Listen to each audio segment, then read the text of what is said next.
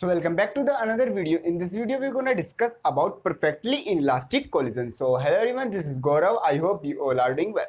So जैसे हमने अपने कर लिया collision in 1D, collision in 2D means elastic collision in 1 dimension and 2 dimension, वो हमने अपनी प्रीवियस वीडियो में कंप्लीट कर लिया।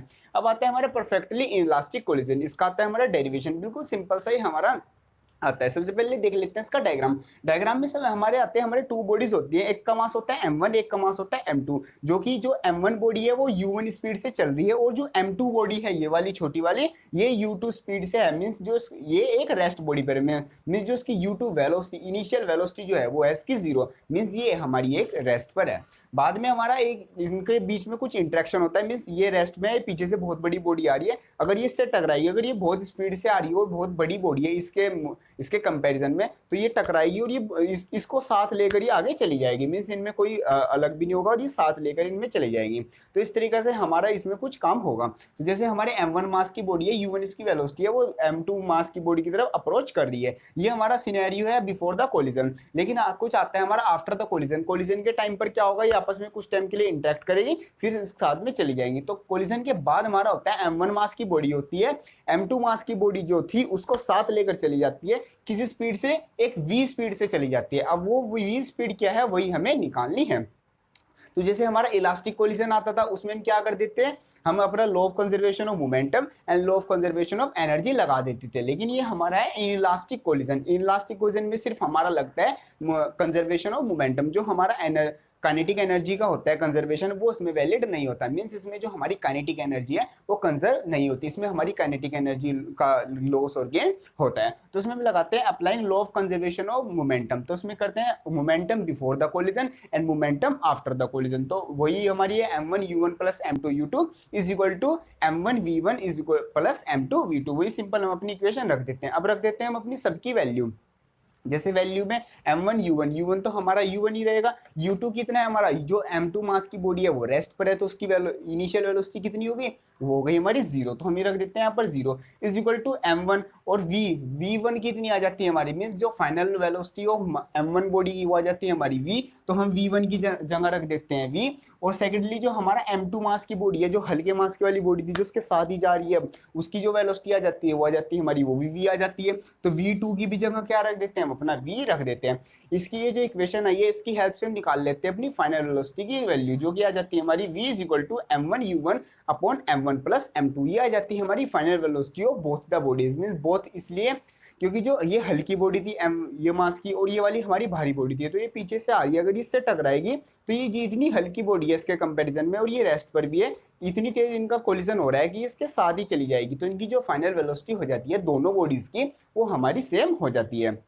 अब यहाँ पर इसका क्वेश्चन का आता है सेकंड पार्ट। यहाँ तक का हमारा फर्स्ट पार्ट खत्म हो जाता है। सेकंड पार्ट आता है, जैसे इनइलास्टिक कोलिजन है तो हमारा काइनेटिक एनर्जी में चेंज होता है, तो हमें वही चेंज निकालना होता है, loss in kinetic energy. Means हमारा काइनेटिक एनर्जी में क्या चेंज आया। फर्स्ट क्वेश्चन तो हमारा ये बनता है। सेकंड क्वेश्चन बनता है कि जो काइनेटिक एनर्जी में चेंज आया क्या वो पॉजिटिव चेंज आया या फिर नेगेटिव चेंज आया। मीन्स काइनेटिक एनर्जी बढ़ी है या फिर हमारी घटी है। तो यहाँ पर आता है हमारा loss in kinetic energy. Means जो हमारी काइनेटिक एनर्जी है उसका लॉस हुआ है। मीन्स हमारी जो इनिशियल थी वो ज्यादा थी और जो फाइनल आई है वो कम आई है। ये बात हमें प्रूव करके दिखानी है। तो जैसे लॉस इन काइनेटिक एनर्जी हम करते हैं, लॉस हमारा डिफरेंस कैसे होता है, इनिशियल माइनस फाइनल। मीन्स वैसे तो हम करते हैं फाइनल माइनस इनिशियल, लेकिन इसमें हम करेंगे इनिशियल माइनस फाइनल, क्योंकि हमें इसमें प्रूफ भी करना है कि जो हमारा काइनेटिक एनर्जी है उसका लॉस हुआ है। अब लॉस कैसे दिखाएंगे हम, हमारा इनिशियल कुछ ज्यादा था, फाइनल जो आया है वो कम आया है। मीन्स पहले मेरे पास कुछ भी क्वांटिटी थी वो ज्यादा थी, जो बाद में बची है फाइनल क्वांटिटी वो कम है। इसी से मैं दिखा सकता हूँ, अगर इनको डिफरेंस करके मेरा पॉजिटिव आंसर आता है तो मैं दिखा सकता हूँ कि मेरा जो लॉस मीन्स मेरा लॉस हुआ है।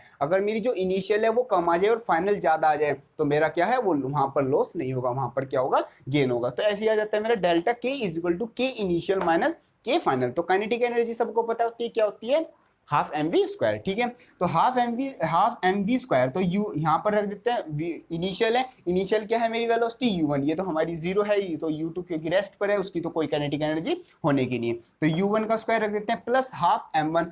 अब सेकंड बॉडी क्या है, सेकंड बॉडी जो m1 मास है और m2 मास की है वो आपस में मतलब अटैच हो गई है, तो उनका जो टोटल मास हो जाएगा वो आ जाएगा m1 प्लस m2, और उनकी जो वेलोसिटी है, कंबाइंड वेलोसिटी जो आती है वो आती है हमारी v, तो ये आता है half m1 plus m2 v square. इसको सिंपली हम सोल्व कर देते हैं, यहाँ से जो v है, v की वैल्यू जो हमने ये निकाली थी वहां पर हम पुट कर देते हैं, v की वैल्यू रखने के बाद हमारी इक्वेशन बन जाती है ये हाफ m1 u1 का square plus half m1 plus m2 into जो v की वैल्यू है वो थी हमारी m1 u1 का square upon m1 plus m2 का होल स्क्वायर, मीन्स जो ये से यहाँ पर था स्क्वायर था तो हमने दोनों स्क्वायर लगा दिए। अब हमारा ये जो m1 प्लस m2 है इससे हमारा एक स्क्वायर कट जाता है। अब सिंपली हम इसको सोल्व कर लेते हैं, इसमें से जो m1 है इसमें भी m1 है और इसमें जो u1 का स्क्वायर है उसमें भी हमारा u1 का स्क्वायर है, ये ले लेते हैं हम अपना बाहर में, अपना कॉमन ले लेते हैं।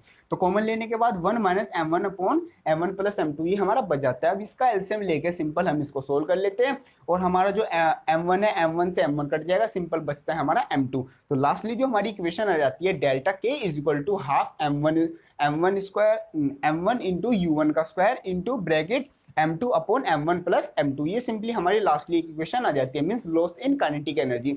अब ये जो इक्वेशन आ रही है, मींस जो ये वैल्यू आ रही है ये आ रही है हमारी पॉजिटिव आ रही है, तो यहाँ से हमने क्या लेके चले थे, इनिशियल माइनस फाइनल। अगर हम इनिशियल में से फाइनल माइनस कर रहे हैं और वो आंसर जो हमारा वैल्यू आ रही है डिफरेंस करने के बाद वो पॉजिटिव आ रही है, इसका क्या मतलब है कि जो हमारी इनिशियल ज़्यादा थी और फाइनल क्या है, कम है। सिंपल इसका मतलब तो ये है, तभी हमारा डिफरेंस पॉजिटिव आएगा। तो इससे हमें पता चल रहा है कि जो हमारा काइनेटिक एनर्जी का है वो क्या हुआ है, हमारा लॉस हुआ है। तो हमने ये बात भी प्रूफ कर दी, साथ ही साथ हमने अपनी जो काइनेटिक एनर्जी का लॉस हुआ है उसकी वैल्यू भी निकाल ली। Means this value is positive, means that K initial is greater than K final, means हमारा जो काइनेटिक एनर्जी है उसका लॉस हुआ है। इस सिंपली इस इक्वेशन से हम वो दिखा सकते हैं। सो हमने देख लिया अपना परफेक्टली इनइलास्टिक कोलिजन। सबसे पहले हमने इसमें अपना जो law of conservation of momentum है वो लगाया, वहां से v की वैल्यू निकाल ली। सेकेंडली हमारा जो काइनेटिक एनर्जी आती है हमने इसको सोल्व आउट किया, सोल्व आउट करके उसकी एक वैल्यू निकाल ली। वैल्यू निकालने के साथ साथ हमने दिखा दिया कि हमारा काइनेटिक एनर्जी में लॉस हुआ है और जो हमारा लॉस हुआ है वो पॉजिटिव, मीन्स जो काइनेटिक एनर्जी का डिफरेंस आया है इनिशियल माइनस फाइनल पॉजिटिव आया है, उसकी हेल्प से जो हम बता सकते हैं कि जो हमारी काइनेटिक एनर्जी इनिशियल थी वो ग्रेटर है फाइनल से। So that is all perfectly inelastic collision. इसका जो सबसे बेस्ट एग्जांपल आता है वो आता है हमारा, जैसे हमारे पास कोई गन है, किसी भी टाइप की हमारी गन हो सकती है, अगर हम उसको शूट करते हैं, फायर करते हैं, तो अगर हमने सामने हमारा कोई वुडन ब्लॉक रखा है, अगर हम उसको फायर करते हैं इस तरीके से, तो क्या जैसे हमारे यहाँ से कोई भी जो बुलेट फायर हुई है उसमें जो हमारा वुडन ब्लॉक है उसमें जाके टकराएगी, वो बहुत स्पीड से, जैसे यहाँ से बहुत स्पीड से जा रही है, उसका कुछ m1 मास है और जो m2 है वुडन ब्लॉक है वो हमारा रेस्ट पर रखा हुआ है, तो जाके वो सीधा उससे टकराएगी और टकराने के बाद उसके अंदर चली जाएगी, एम्बेडेड हो जाएगी। और साथ ही साथ अगर उसमें वो अगर स्ट्रांगली रखा होगा तो वो जो हमारी बुलेट है वो उसमें रह जाएगी, लेकिन अगर वो स्ट्रांगली नहीं रखा होगा तो वो कुछ दूरी तक, कुछ डिस्टेंस तक उसको साथ लेके चली जाएगी। तो ये आ जाता है हमारा एक तरीके से example of perfectly inelastic collision. Perfectly inelastic collision की एक और इंपॉर्टेंट बात आती है, वो आती है हमारी कि इसमें जो हमारा काइनेटिक एनर्जी का लॉस होता है वो हमारा बहुत ज़्यादा होता है, और जो वो लॉस होता है वो हमें दिखता है हमारा in the form of heat, in the form of energy, in the form of हमारी लाइट। मीन्स हीट लाइट की फॉर्म में जो काइनेटिक एनर्जी का लॉस होता है, जो काइनेटिक एनर्जी आती है वो हमारी हीट और लाइट में कन्वर्ट हो जाती है। सबसे बेस्ट एग्जांपल हमारा यही है, हमारी जो बुलेट फायर हुई है वो वीडन ब्लॉक में जाके मींस एम्बेडेड हो गई, मींस उसको ही मतलब खत्म कर दिया। सिंपल हमारा परफेक्टली इनइलास्टिक कोलिजन का ये एग्जांपल आ जाता है। तो collision in 1D, collision in 2D and perfectly inelastic collision, तीनों हमारे एग्जामिनेशन के लिए बहुत ज़्यादा इंपॉर्टेंट है। इन तीनों में से वन एग्जाम मतलब कोई सा एक एग्जामिनेशन में आना होता है। So that is all for today. Video helpful लगी तो उसको लाइक जरूर करना और जाते जाते चैनल को सब्सक्राइब जरूर कर लेना। मिलते हैं अपनी नेक्स्ट वीडियो में, तब तक थैंक यू।